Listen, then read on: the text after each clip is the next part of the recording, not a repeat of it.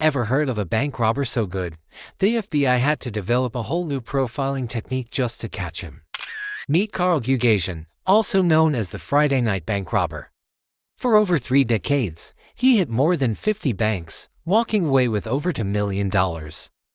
And he did it all with the precision of a military operation, leaving almost no clues behind.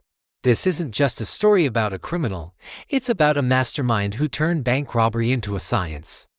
Gugasian's story starts in an unlikely place, a hospital bed. As a teenager, he was shot while trying to rob a candy store. The botched attempt landed him in a juvenile detention center, where a counselor gave him a piece of advice that would change his life. If you're going to be a criminal, be a smart one.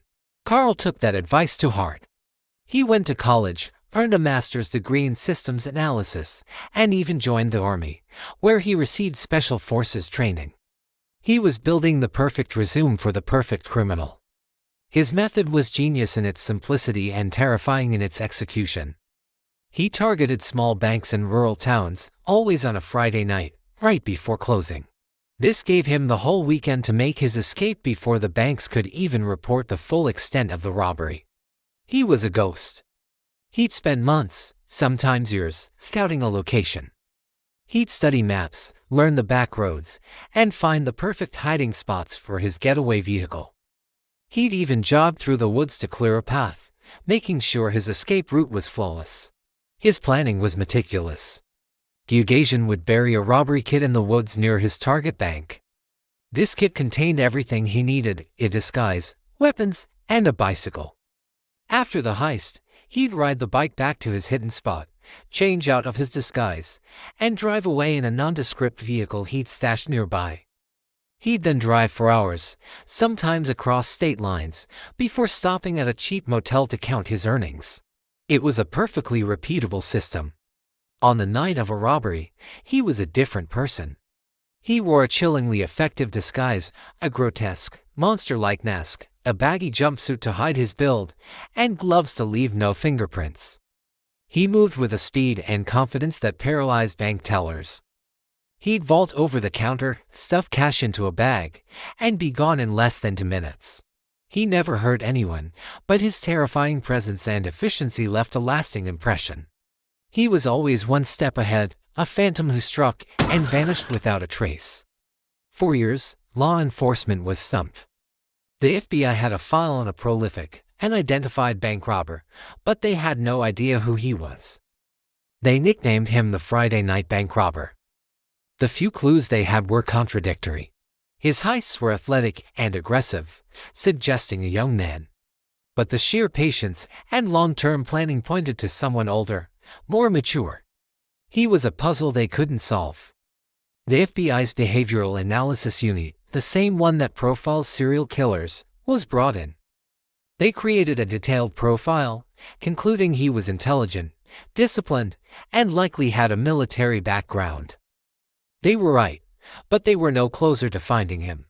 Gugasian wasn't just a bank robber, he was a master of disguise in his everyday life too. He lived in a modest home in a quiet Pennsylvania suburb.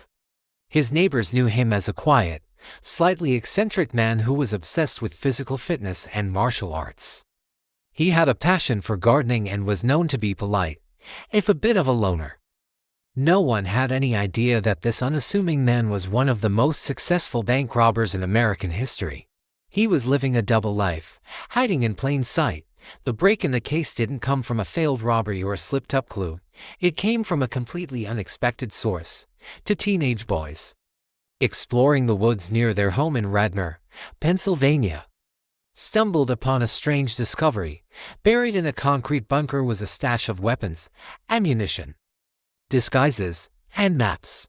They reported it to the police, who initially thought they'd found a survivalist's hideout, but as they examined the contents, they realized this was something far more significant.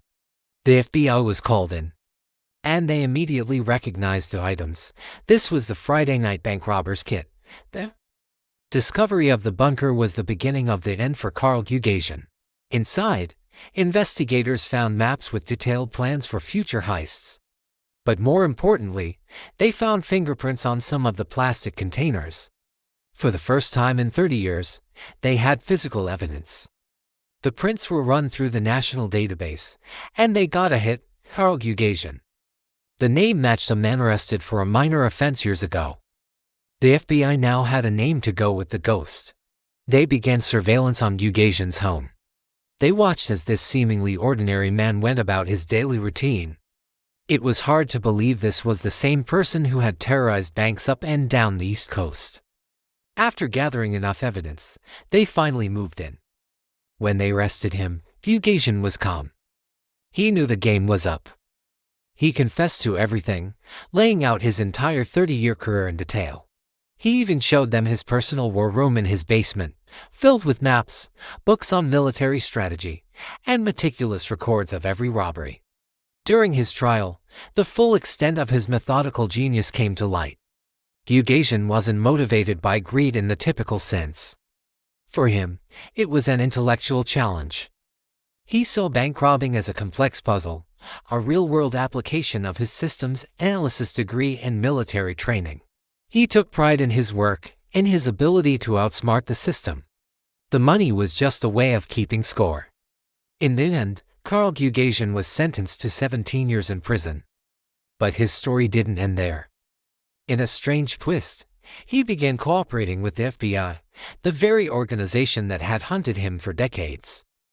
He taught agents at Quantico his methods, helping them understand the criminal mind from the inside.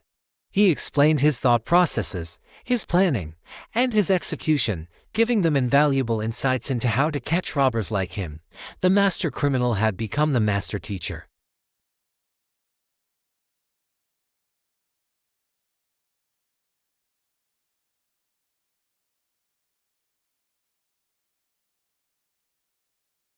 He was a brilliant strategist, a disciplined planner, and a man who applied his considerable talents to a life of crime. The tale of the Friday night bank robber serves as a chilling reminder that sometimes the most dangerous masterminds are the ones you would never suspect. Thanks for watching, and if you enjoyed this dive into one of history's most fascinating criminal minds, don't forget to like and subscribe for more.